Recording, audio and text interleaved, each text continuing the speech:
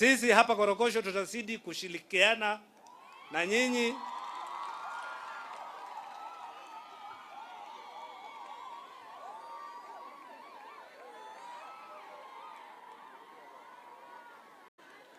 tunaona Asila mdogo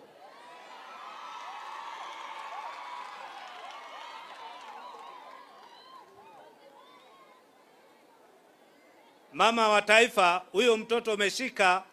Wengi wangejiuliza kwa nini leo hayuko shule. Ni zile shida tulikuambia siko hapa. Mzazi wake hana uwezo na wazazi wa huyo mtoto hawana uwezo, na ndio tunalilia na ndio tunafanyia kazi tuhakikishe ya kwamba hao watoto wamesoma. Hao wamama tunapatia chakula leo, tuhakikishe ya kwamba wamepata kitu ya kufanyia kesho baada ya siku ya leo.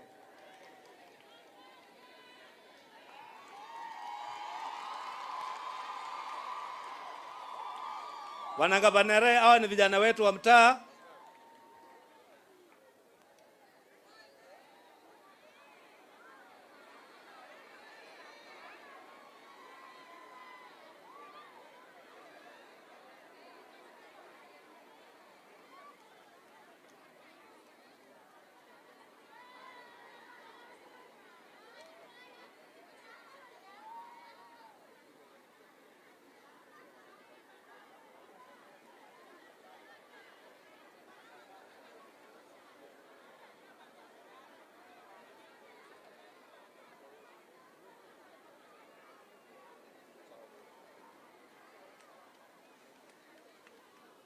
Junior, kuja.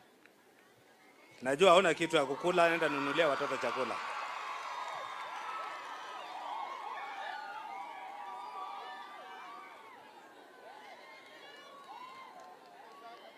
Asante sana mama wa taifa kwa moyo wako. Hicho kitendo nafanya hapa kinaendea kila mtu. Yangu nimesema itakuwa machache. Nimezungumzia maisha yetu hapa Korogosho. Na mimi nafurahi kwa sababu governor wewe uko hapa.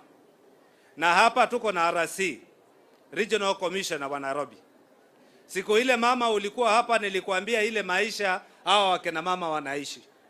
Kwa vile governor uko hapa, mimi nataka kukuambia katika wale watu unaona hapa, wote ni members wa Afrofight tumewaandikisha. Na tunajua shida zao. Na shida zao kubwa ni mahali ya kukula na mahali ya kulala.